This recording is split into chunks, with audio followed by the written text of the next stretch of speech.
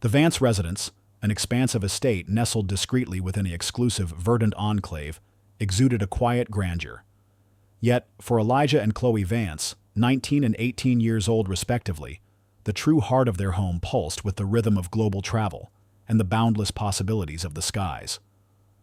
Framed photos of sleek aircraft soaring over diverse landscapes adorned the walls, alongside intricate models displaying various airline liveries, and a colossal, wall-sized map charting global flight paths.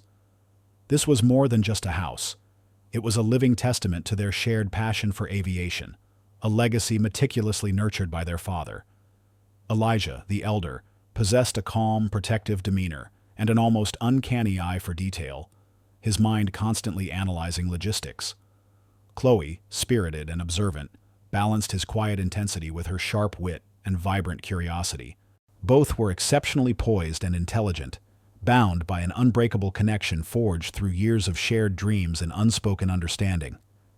Their meticulous planning extended to every aspect of their lives, from academic pursuits to travel itineraries. They were always prepared, always a step ahead. Despite their family's immense wealth and their privileged access to elite circles, they carried a subtle, almost imperceptible awareness. They frequently encountered microaggressions, fleeting assumptions based on their race, forcing them to always be on guard, a quiet inner conflict that belied their outward composure. Their shared study was a sophisticated blend of youthful aspirations and serious ambition. Stacks of advanced aerospace engineering textbooks lay open next to well-worn travel journals filled with Chloe's sketches of distant cities and Elijah's precise notes on airport infrastructure. A large monitor perpetually displayed live flight trackers, a hypnotic dance of tiny aircraft dots traversing continents. A prized collection of rare first-edition aviation history books filled a glass-fronted cabinet, tracing the evolution of flight. Their most cherished possession, however, was a personalized hand-engraved brass compass, its surface polished smooth from years of use. It was a cherished gift from their father, Mr. Vance, David Vance, symbolizing not just guidance and exploration, but the profound connection they felt to the world of aviation. Mr. Vance himself was a commanding yet profoundly supportive presence in their lives. He was often seen discussing complex global logistics with his children, gently challenging their keen intellect, treating them as trusted advisors rather than mere youngsters. His precise role, the chief executive officer of a major international airline, was rarely explicitly stated in casual conversation, yet it permeated their lives. Frequent high-level business calls from diverse time zones punctuated his evenings. The pervasive presence of his airline's distinctive branding was subtly integrated into their home, from the specific livery on his model planes to the stack of industry magazines arriving at their doorstep. He instilled in them not just a love for flight, but an unwavering commitment to integrity, respect, and fairness, principles that would soon be tested in an unexpected crucible. One blustery afternoon, the organized efficiency of the Vance home was momentarily disrupted by a wave of frustration emanating from Mr. Vance's home office. His executive assistant, Maria, usually unflappable, was visibly stressed, grappling with a complex, last-minute private jet scheduling nightmare. A critical component for an overseas project had been unexpectedly rerouted, throwing the entire tightly choreographed logistics chain into disarray. Maria's brow was furrowed as she wrestled with flight manifests and fuel consumption projections, muttering to herself about unforeseen contingencies. Elijah and Chloe, having just finished their own advanced aviation studies, quietly approached, their ears attuned to the technical jargon. They had spent hours poring over global flight patterns and optimization algorithms for fun. "Maria," Elijah began, his voice calm, "have you considered rerouting via Anchorage? The polar route, even with the slightly longer distance, offers more favorable jet stream conditions for this type of cargo, potentially saving on fuel and reducing flight time given the current atmospheric pressure systems." Chloe, ever observant, quickly added, "And if you cross-reference with the latest air traffic control advisories for European airspace, you might find a preferred landing slot at Frankfurt that minimizes ground delays, compensating for the refueling stop." Maria paused, stunned. She looked up, then back at the complex screen, then at the siblings, her face transforming from stress to genuine surprise and immense relief. "That's brilliant!" she exclaimed, her fingers flying over the keyboard, inputting their suggestions. "I was so focused on the direct route, I missed the potential of the polar corridor and the Frankfurt window." Mr. Vance, entering his office just then, witnessed the seamless resolution. He beamed, pulling his children into a quick, proud embrace. "My brilliant flight engineers!" He chuckled, his eyes shining with fatherly pride. This small, effortless act, showcasing their quiet competence and deep understanding of complex aviation logistics, instantly made Elijah and Chloe deeply sympathetic and admirable characters, solidifying their save the cat moment. Tucked discreetly into a specialized slot in each sibling's sleek designer wallet was a seemingly anonymous yet immensely powerful Platinum Airline loyalty card. It wasn't a standard gold or platinum tier. This was a Chairman's Circle equivalent, a special non-public Founders Club membership. It granted unparalleled, unspoken privileges, immediate upgrades, priority boarding at any time, exclusive lounge access even beyond the standard amenities, and unspoken high-level recognition from airline staff. Yet, Elijah and Chloe rarely flaunted it, preferring to maintain a low profile, to simply exist within the system without drawing undue attention to their family's immense influence.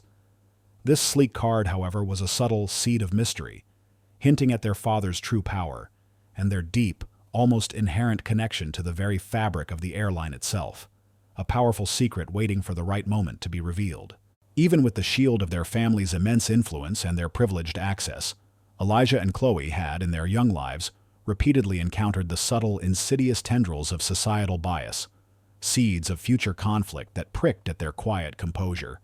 Once, at a luxury airport lounge where their father's status typically granted seamless entry, they were initially questioned about their access by a new, overly zealous attendant, her eyes narrowed with suspicion, before her demeanor abruptly shifted to obsequious politeness upon seeing their surname on the pass.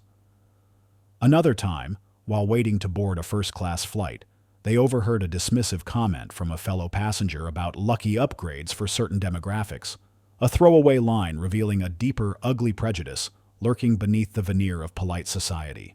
They had even seen a news report recently about a prominent airline facing backlash for racially insensitive customer service incidents and a lack of diversity in its upper management, a stark reminder that unconscious bias permeated every sector of the aviation industry, even those seemingly unrelated to their daily lives.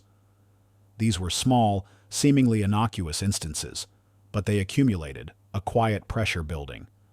They solidified Elijah and Chloe's understanding that despite their intelligence, their impeccable manners, and their family's standing, their identity as young black individuals carried an invisible weight, a potential for unfair scrutiny. The quiet before the storm was about to give way to a very personal tempest, one that would force them to confront these pervasive biases head-on. The international terminal at JFK buzzed with the familiar symphony of 1,000 journeys beginning and ending. For Elijah and Chloe, the airport was less a chaotic hub and more a grand, intricate ballet of efficiency and human connection. They moved through the throng with a quiet grace, their eyes taking in every detail: the hurried farewells, the excited greetings, the silent promise of distant horizons. They were heading to Europe for a summer program, dressed comfortably but smartly in designer athleisure, a blend of their practical and refined tastes. Arriving early, as always, they found a quiet corner overlooking a runway, watching the giant birds of metal glide in for landing, their minds already anticipating the smooth takeoff of their own flight. Once on board, the atmosphere of the first-class cabin was a familiar cocoon of hushed privilege. Elijah settled into his plush window seat, Chloe in the aisle beside him, the soft leather enveloping them. They politely declined the pre-flight champagne, opting instead for sparkling water. Elijah opened his advanced aerospace engineering textbook, while Chloe pulled out her digital sketchbook, beginning to illustrate a new concept jet. They occasionally glanced up, observing their fellow passengers, a famous tech entrepreneur, a renowned international lawyer, and a quietly powerful diplomat. They preferred to keep to themselves, quiet observers in this world of movers and shakers, never ones to draw unnecessary attention. Moving through the cabin with an air of practiced efficiency was Susan Peterson, the veteran lead flight attendant. In her early 50s, Susan carried herself with the rigid posture of someone who had seen it all and, more often than not, disapproved. Her smile, when it appeared, was thin and practiced, a professional mask that barely concealed a deep-seated weariness and a simmering resentment about her own career stagnation. She adhered to the rules with an almost zealous devotion, using them as a shield and, at times, a weapon. Beneath the polished exterior, Susan harbored a distinct tendency to profile passengers, particularly those who didn't fit her preconceived notions of proper first-class clientele. As she walked past Elijah and Chloe's seats, her eyes lingered a moment too long. Two of them? In first class? Her internal monologue sneered. Probably staff children or some charity flight. They certainly don't look like they truly belong here, not really. Susan saw them not as legitimate, paying passengers, but as anomalies, a challenge to her orderly hierarchy, someone who needed to be put in their place. The incident was almost imperceptible, a truly minor infraction easily overlooked. The captain had just announced that the cabin doors were armed for departure, signaling the last call for electronic devices to be powered off. Elijah, absorbed in an intricate diagram of a new composite material in his textbook, had his sleek personal tablet resting on the armrest, its screen still dimly lit with a complex flight simulation. Chloe's digital sketchbook, equally high-end, was also still active. For any other passenger, a polite, "Sir, ma'am, could you please power down your devices?" would have sufficed. But Susan, fueled by her prejudice and a subconscious desire to assert her authority over these unlikely first-class passengers, seized the moment. Susan stopped abruptly beside Chloe's seat, her voice cutting through the soft murmur of the cabin, loud enough for several rows to hear. "Young lady, young man," she began, her tone sharp and condescending. "I just made an announcement. Put those devices away now. Rules are rules, and first-class passengers are expected to set an example. Do you understand?" Her words hung in the air, a public scolding that drew immediate attention. She might as well have added, "You're lucky to be here. Don't mess it up." It was a blatant act of microaggression, designed to belittle and assert dominance, stemming directly from Susan's biased assumptions. Elijah and Chloe, startled by the unexpected aggression, felt a flush of indignation creep up their necks. They looked up, their discerning eyes meeting Susan's cold gaze. "We apologize," Elijah said calmly, though a tremor of unease ran through him. "We weren't actively using them, but we see they're still on. We'll turn them off immediately." He reached for his tablet, intending to comply without further fuss.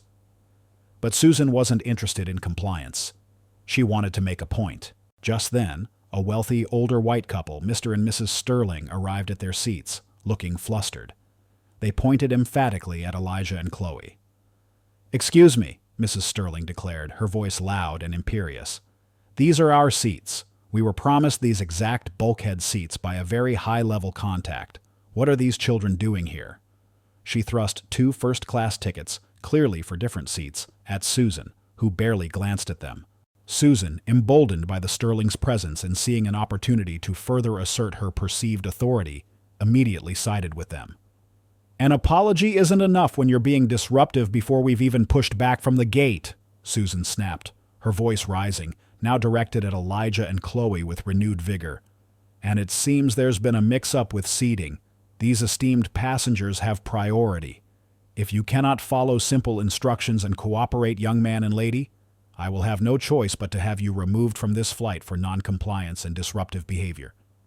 She didn't just threaten, she made good on it, immediately picking up the cabin intercom to discreetly call Captain Reynolds.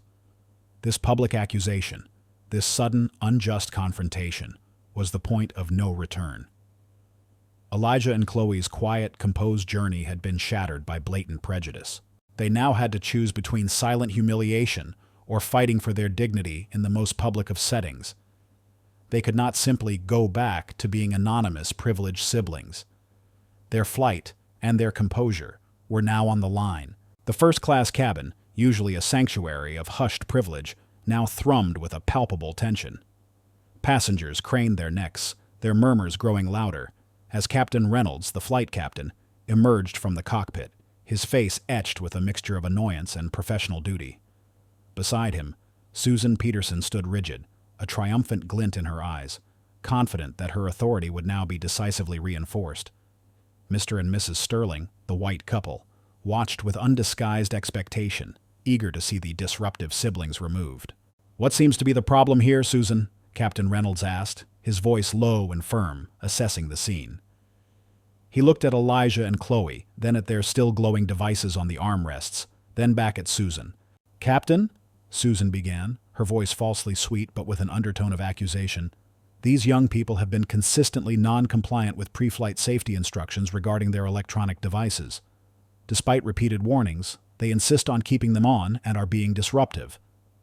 And now these esteemed passengers," she gestured vaguely at the Sterlings, "have identified that these are, in fact, their seats. I've had to call you out here because they simply refuse to cooperate." She exaggerated the repeated warnings and the seating mix-up, painting Elijah and Chloe as rebellious and entitled. Elijah and Chloe, despite the escalating tension and the uncomfortable stares of the other first-class passengers, maintained remarkable composure.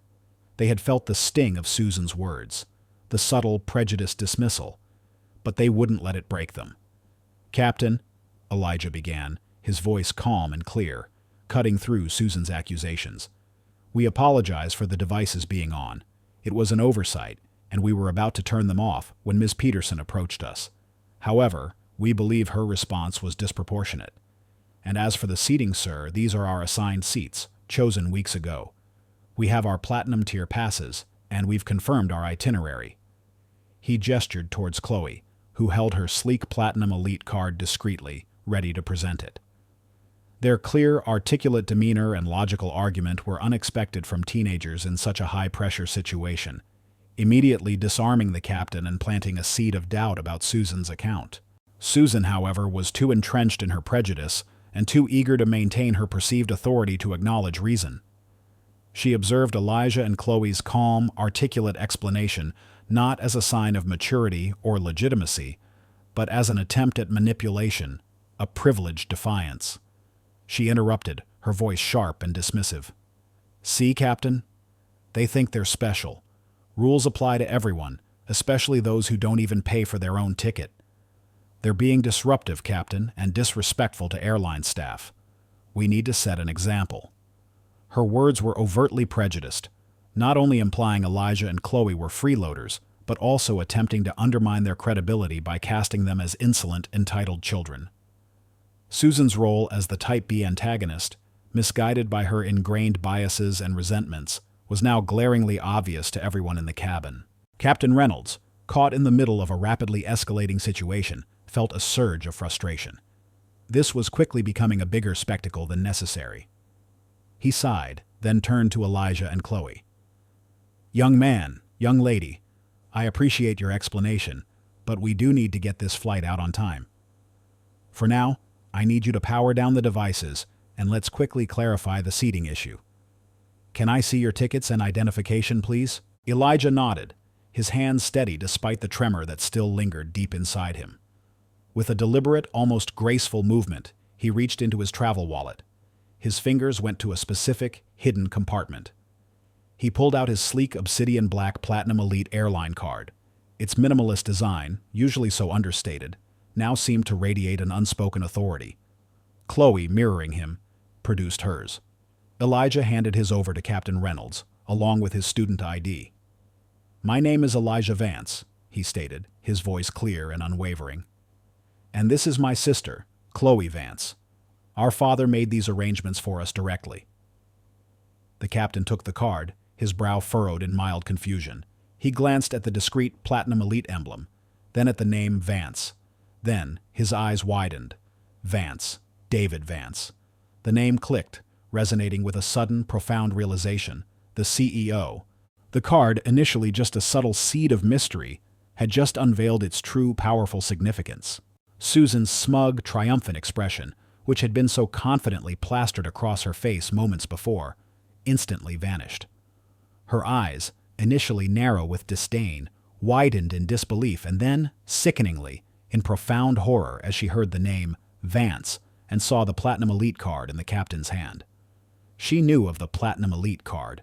It was more than just a loyalty tier. It was the airline CEO's personal card, held only by his immediate family, a symbol of ultimate, unquestioned privilege within the company. The gravity of her colossal mistake, the direct consequence of her unthinking prejudice, hit her like a physical blow. She saw the disruptive kids not as scholarship students, not as entitled nuisances, but as the children of the man who signed her paychecks, the man who owned the airline. Her face went utterly ashen, the color draining from it until she looked like a ghost. Captain Reynolds, now fully comprehending the situation, instantly changed his demeanor. His initial sternness dissolved into professional deference, then visible alarm.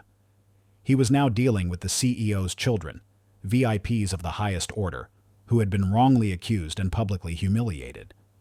His focus shifted from Elijah and Chloe to Susan, his gaze hardening with a cold, professional anger. "Susan," he said, his voice dangerously low, each word a hammer blow. "Do you have any idea who you just spoke to, and whose children these are?" The question hung in the air, heavy with unspoken implications. The power dynamic had been completely inverted. Susan, the proud authority figure, the woman who had initiated this entire debacle, was suddenly revealed as the truly vulnerable one, caught in a trap of her own making. Her carefully constructed facade of superiority crumbling around her, her career now hanging by a thread. The Sterlings, initially demanding, now looked utterly bewildered and began to shrink back into their seats, sensing a shift in the wind that was far beyond their comprehension. The first-class cabin, now fully boarded and awaiting pushback, had transformed from a luxurious cocoon into an inescapable arena for Susan Peterson. Every hushed whisper, every curious glance from the affluent passengers felt like a burning spotlight intensifying her humiliation. The gentle hum of the aircraft's engines, usually a soothing backdrop, now seemed to mock her with its cool indifference, doing little to stem the bead of sweat tracing a path down her temple. Her carefully cultivated professional facade, a shield she had worn for decades, wasn't just cracking. It was shattering into 1,000 irreparable pieces, witnessed by the very people she aimed to impress and serve.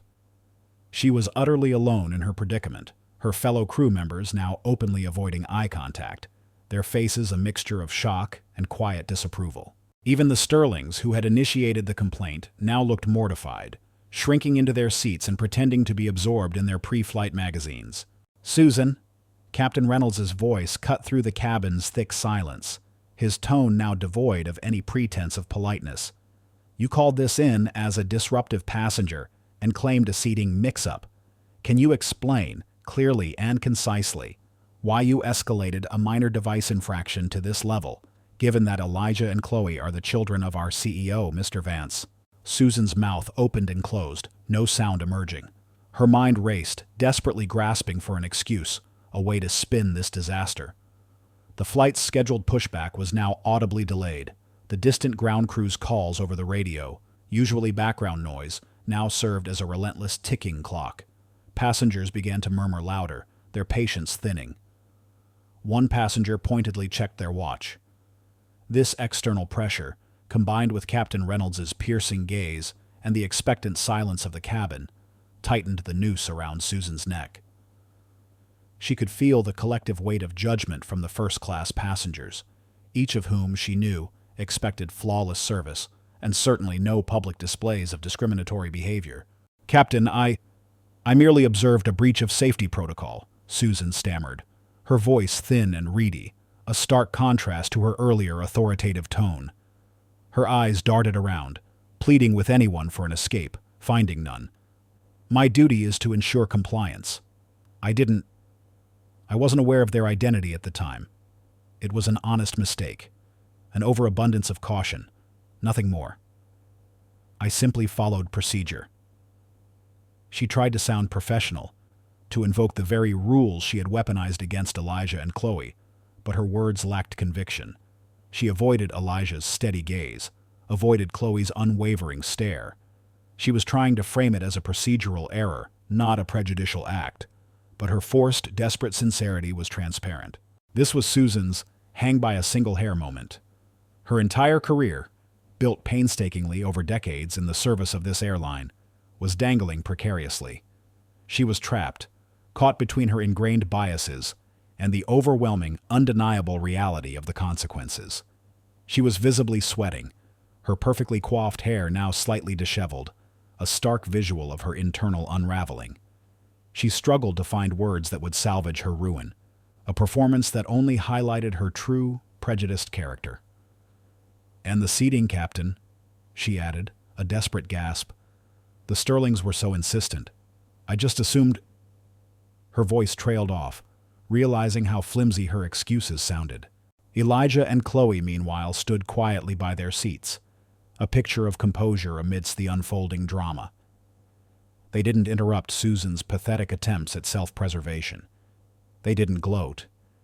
Their intelligent eyes simply observed Susan's crumbling composure, the complete unraveling of a woman consumed by her own prejudice. Elijah might subtly adjust the collar of his shirt. Chloe might gently push a strand of hair behind her ear. Small gestures of their continued calm. Their quiet strength radiated through the cabin, their dignity making Susan's discomfort even more acute, a silent testament to the unjust accusation they had faced. The contrast between the flustered, prejudiced flight attendant and the composed, accused siblings was stark, a powerful tableau that etched itself into the minds of every witness in the first-class cabin. The stage was set for the final, devastating fall. The first-class cabin had fallen into a heavy silence, every eye fixed on Susan Peterson. Her face, once a mask of rigid professionalism, was now a portrait of desperate terror. Her carefully constructed world, built on decades of strict rules and self-importance, was crumbling before the very passengers she served. Captain Reynolds stood before her, his arms crossed, his expression a chilling blend of disappointment and firm authority. Her fellow flight attendants, aghast, maintained a wide berth, their presence a silent, unwavering testament to Elijah and Chloe's innocence and Susan's grave error. The Sterlings, now utterly mortified, were practically invisible in their seats. Susan knew, with a sickening certainty, that her career, her very identity within the airline, was about to be obliterated. In a last, desperate, self-serving plea, she turned to Captain Reynolds, her voice a reedy whisper, barely audible above the hum of the aircraft. "Captain, please, it was a miscommunication. A moment of stress, perhaps. I was merely being vigilant, ensuring safety compliance. The young man and lady, they had their devices on. As a lead flight attendant, my responsibility is to enforce regulations. I simply misread the situation. It was an overabundance of caution, nothing more. I assure you, I am not prejudiced. I simply followed protocol, sir."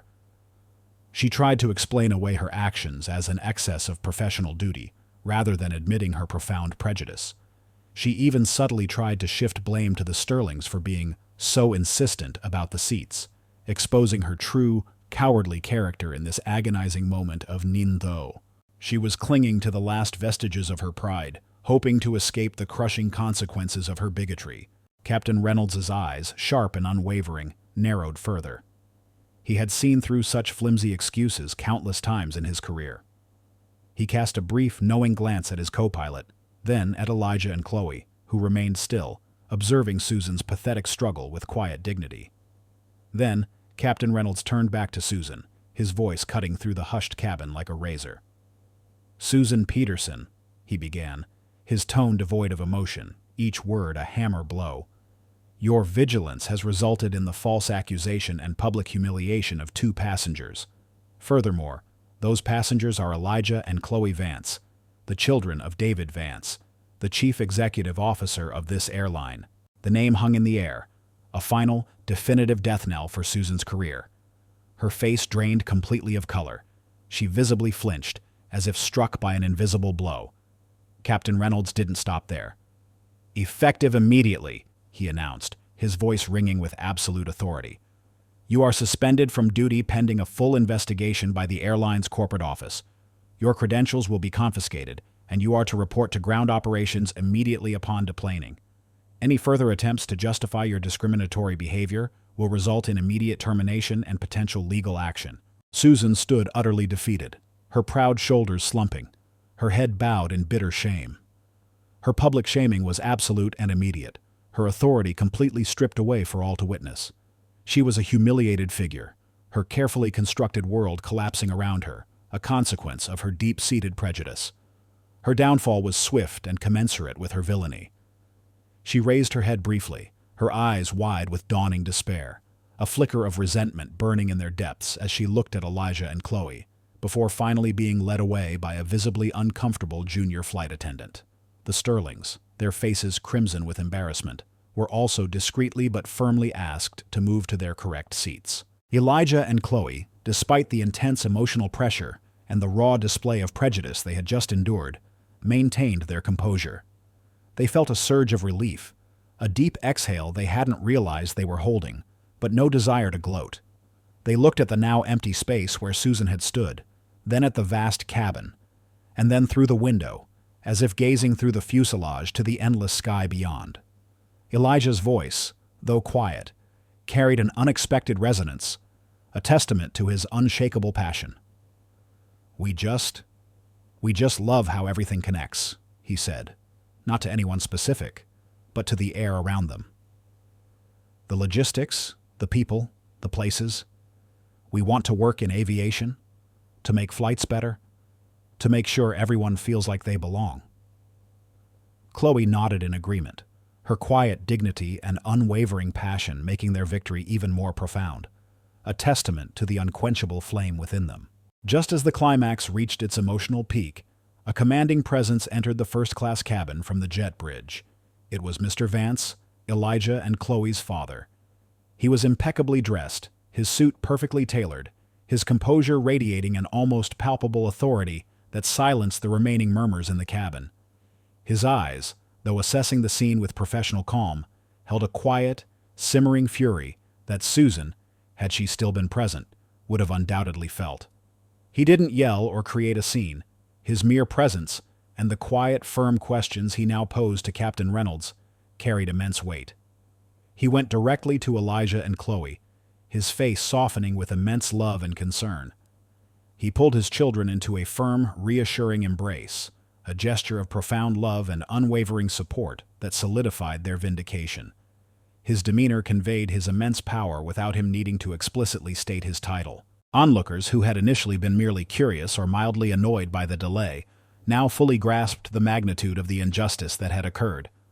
Their faces shifted from curiosity to dawning understanding, then outrage at Susan's clear prejudice, and finally, admiration for Elijah and Chloe's quiet resilience and a palpable satisfaction at Susan's well-deserved downfall.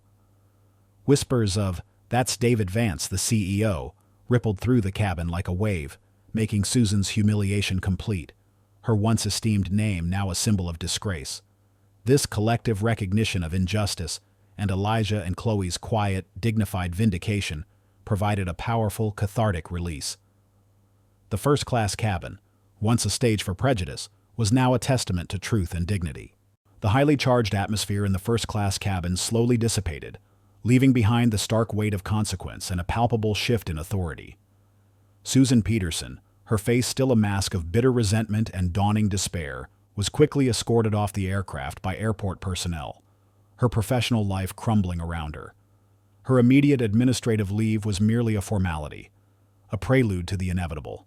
The airline, reeling from the public incident and the powerful, silent pressure emanating from its CEO, issued a swift and uncompromising public apology. Their statement, meticulously crafted and released within hours, condemned the discriminatory actions of their flight attendant in the strongest terms, promising a thorough investigation and reaffirming their unwavering commitment to diversity and inclusion across all levels of service. Susan was subsequently terminated from her position, her decades-long career and reputation irrevocably ruined, a direct consequence of her ingrained prejudice and public exposure. Her name became synonymous with a cautionary tale within the industry. For Elijah and Chloe, the immediate aftermath was a whirlwind of relief, quiet vindication, and unexpected opportunity. Mr. Vance, their father, remained a pillar of unwavering support and quiet strength, his presence a constant reassurance. Deeply proud of his children's composure and truthfulness in the face of such unwarranted accusation, he ensured that the incident, while painful, would only serve to strengthen his children's resolve and broaden their horizons within the very industry they loved. Mr. Vance leveraged his considerable influence not for retribution, but for profound, meaningful growth. He arranged for Elijah and Chloe to spend an immersive summer interning with various critical departments within the airline, from the high-pressure environment of flight operations, where decisions impacting thousands were made in seconds, to the intricate complexities of customer service and the global dance of logistics. This was not a mere observation. It was an unparalleled insider's view of the entire aviation ecosystem, deepening their understanding and solidifying their passion. He also connected them directly with the airline's chief diversity officer, encouraging Elijah and Chloe to share their nascent ideas for improving passenger experience and staff training, nurturing their leadership potential and vision for a more inclusive future. The airline also issued a public statement specifically acknowledging Elijah and Chloe's dignity and strength throughout the ordeal, reinforcing their commitment to inclusion and implicitly setting a new standard for passenger treatment. A few days later, the quiet calm of their expansive home enveloped Elijah, Chloe, and their father. The incident, while still a raw memory, felt like a distant storm, its lessons absorbed. Elijah and Chloe sat in their shared study, surrounded by the quiet hum of their father's professional life, the scent of old books and polished wood filling the air. They carefully handled their personalized hand-engraved compass, its brass surface cool beneath their fingertips, a tangible link to exploration and guidance. Mr. Vance sat opposite them, his gaze thoughtful, a rare, relaxed smile on his face. He gently touched the worn surface of the compass. "You know, darlings," Mr. Vance began, his voice soft, resonating with profound pride. "That day, a woman's prejudice tried to make you feel small. She tried to tell you where you didn't belong, right there, in a place that's as much yours as anyone else's. But you didn't let her. You stood tall. You spoke your truth with such clarity, and you shone brighter than any negativity she could throw. Never forget that. And never, ever let anyone make you feel like you don't belong. Especially not in a world you're meant to help navigate and shape." Elijah and Chloe looked up at their father, their intelligent eyes reflecting a deeper understanding, a quiet wisdom beyond their years. The experience had forged something new within them, a steely resolve tempered by the injustice they had faced. "It wasn't just about us, Dad," Elijah replied, his voice quiet but firm. "It was about showing that respect isn't about status or assumptions.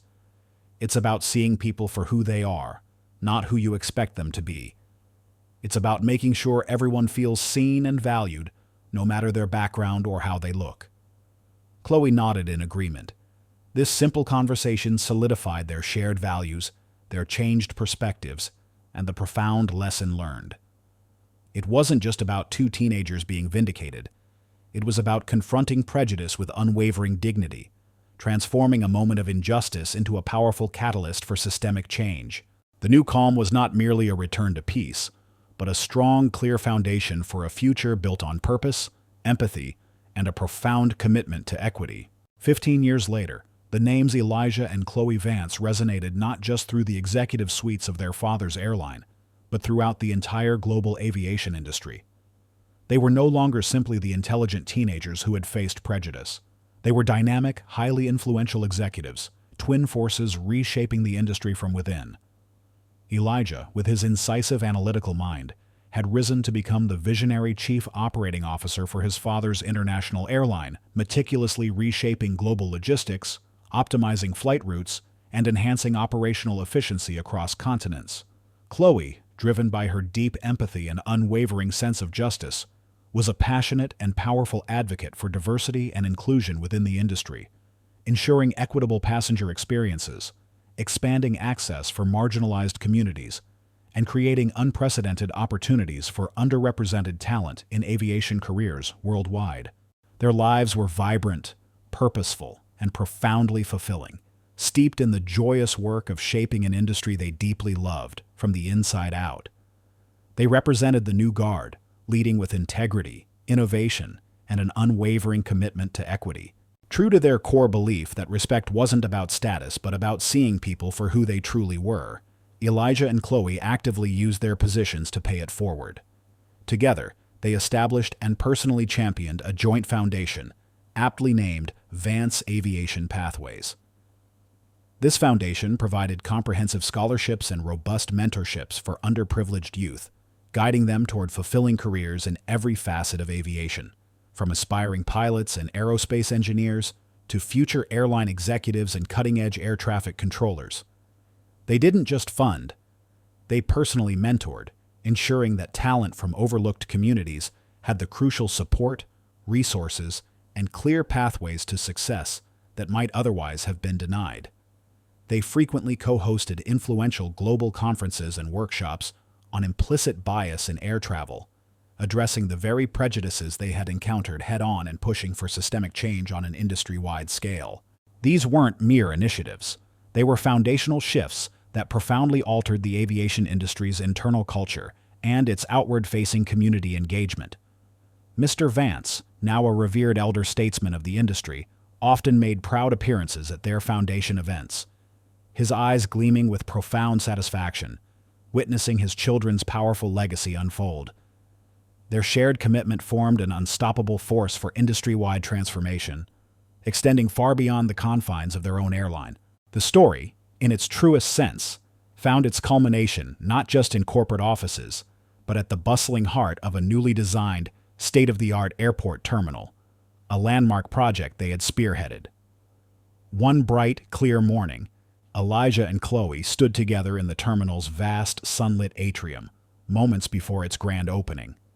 The space itself was a testament to their vision. It featured diverse art installations celebrating global cultures, intuitive wayfinding for all abilities, and cutting-edge, accessible technologies. They were impeccably dressed, their presence commanding yet approachable integral parts of the industry's vibrant future. They glanced at each other, a shared knowing smile passing between them, a silent acknowledgement of their long and impactful journey. Chloe subtly touched her modern, sleek version of the Platinum Elite Pass, now a symbol not of hidden privilege, but of earned respect and their power to champion enduring change for everyone. Below them, a diverse flight crew, pilots of various ethnicities, flight attendants of all backgrounds, and ground support staff, walked past, exchanging genuine smiles and nods of mutual respect with them. These were the faces of the future they had actively built. They watched as excited passengers, from every walk of life, streamed through the new security checkpoints and towards their gates, their faces alight with the promise of adventure. The gentle, rhythmic hum of departing and arriving aircraft filled the air, a sound of triumph, not just for the flights taking off, but for the inclusive future they had helped build.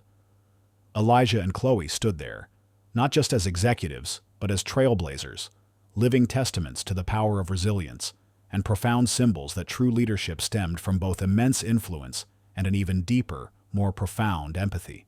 The skies, once a stage for their personal battle against prejudice, were now an open, inclusive canvas where everyone truly belonged, their dreams taking flight.